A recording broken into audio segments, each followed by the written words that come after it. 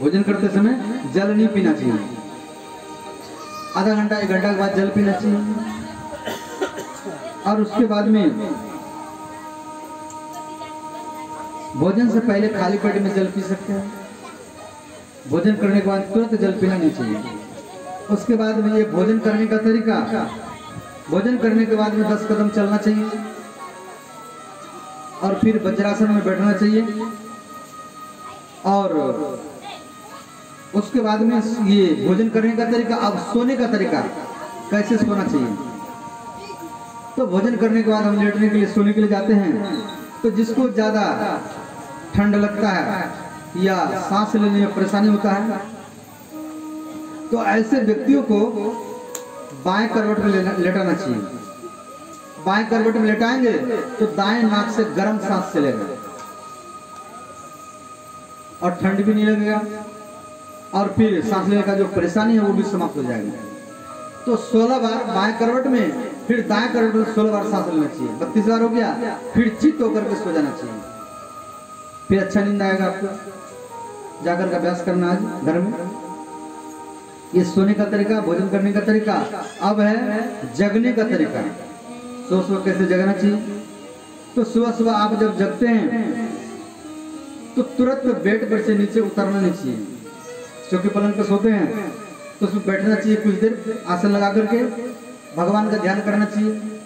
उसके बाद में अपने हाथों के अंगुलियों का दर्शन करना चाहिए। आपके हाथ में अंगुली है और ये रेखा है, ये रेखाओं का भी दर्शन करना चाहिए। जो विद्यार्थी है उसको तो खास करके दर्शन करना चाहिए अपने अंगुलियों का। हाथों की अंगुलियों का दर्शन करने से बुद्धि बढ़ता है, धन बढ़ता है और विद्या बढ़ता है। और यह श्लोक का पाठ करना चाहिए।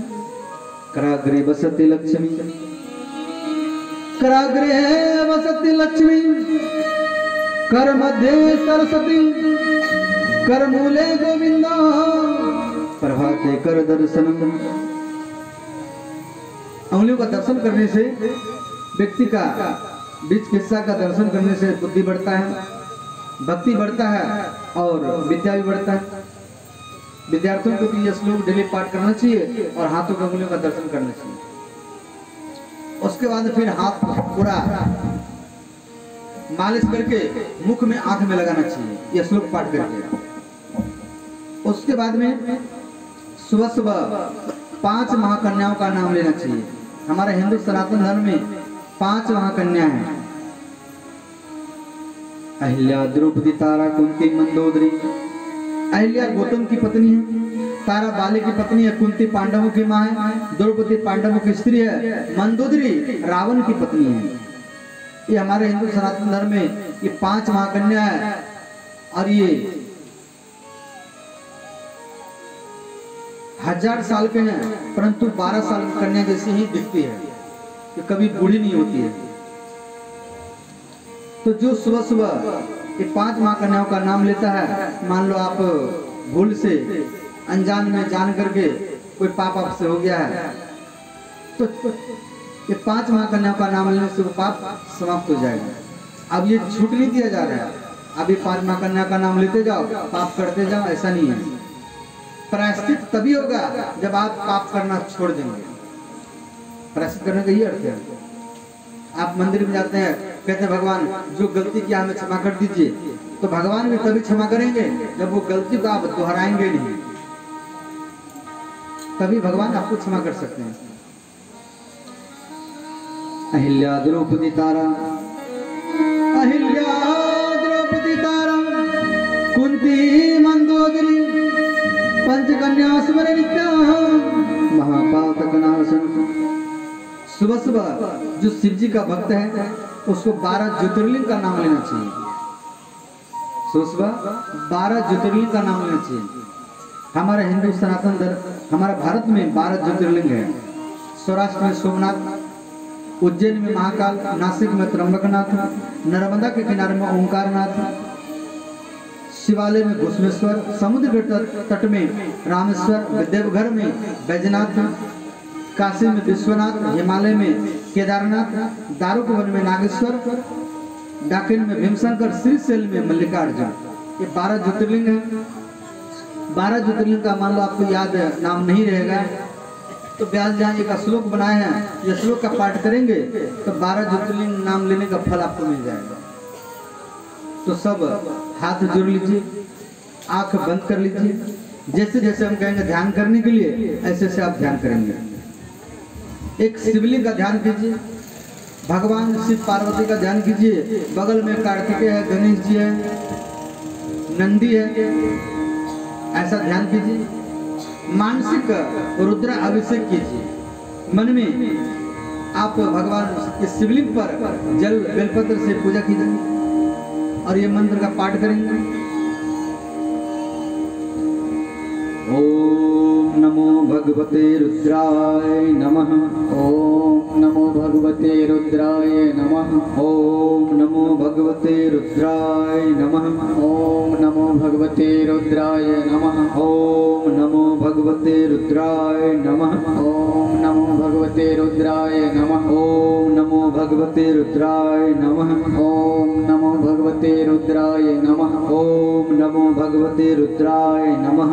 ओम नमो भगवते रुद्राय नमः। ओम नमो भगवते रुद्राय नमः। ओम नमो भगवते रुद्राय नमः। सब आँख खोल लीजिए और हाथों का मालिश करते हुए जोर से मुख में आँख में लगाइए। अब जगने के बाद में मंजन करने के लिए जाते हैं, तो जिसकी घर में संतान नहीं है, चिरचिरी की जड़ में दातुन करें। पति पत्नी में मन नहीं मिलता है, का पैर बरगद का पैर है, वहाँ पर मंगलवार या शनिवार के दिन स्नान करके चीनी या मिश्री जाकर के चराएंगे। रोग है, नीम का पैर लगाना चाहिए। ये शिव पुराण कथा सुनाया, आप सुन रहे हैं। संतान के लिए अनार का पैर लगाना चाहिए।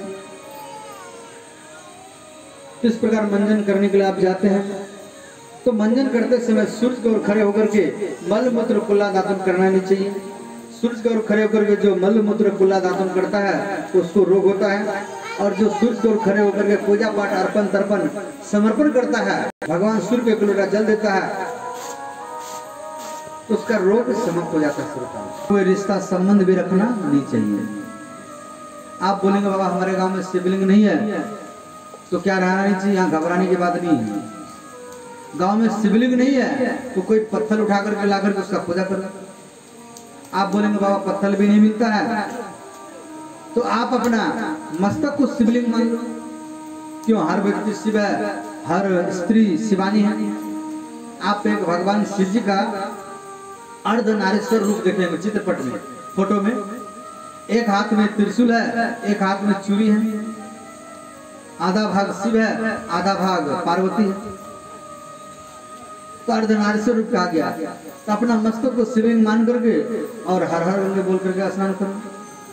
आप सुल्तानगंज से जल लेकर के बाबा बैजनाथ में जाते हैं जल चढ़ाने के लिए। अभी कई व्यक्ति जा रहे हैं, तो रुपया खर्च करके जा रहे हैं, धक्का मुक्की खाते हुए जा रहे हैं, और वहां अभी शिवलिंग पर कोई जल चढ़ा नहीं पा रहा है। क्यों? अपार संख्या में भीड़ होता है। तो एक पाइप सिस्टम कर दिया है, मंदिर के बाहर में भी एक पाइप है, उस पाइप में जल चढ़ा दो, वो पाइप के द्वारा जल शिवलिंग पर चढ़ जाएगा। तो रुपया खर्च करके बाबा बैजनाथ जाएंगे जल चढ़ाने के लिए, जो फल मिलेगा, जो पुण्य मिलेगा, आप अपने घर में अपना मस्तक को शिवलिंग मान करके जल चढ़ाओ, हर हर गंगे बोल करके, तो वही देवघर वाला पुण्य आपको घर में मिल जाएगा। कितना सरल उपाय है। तो इस प्रकार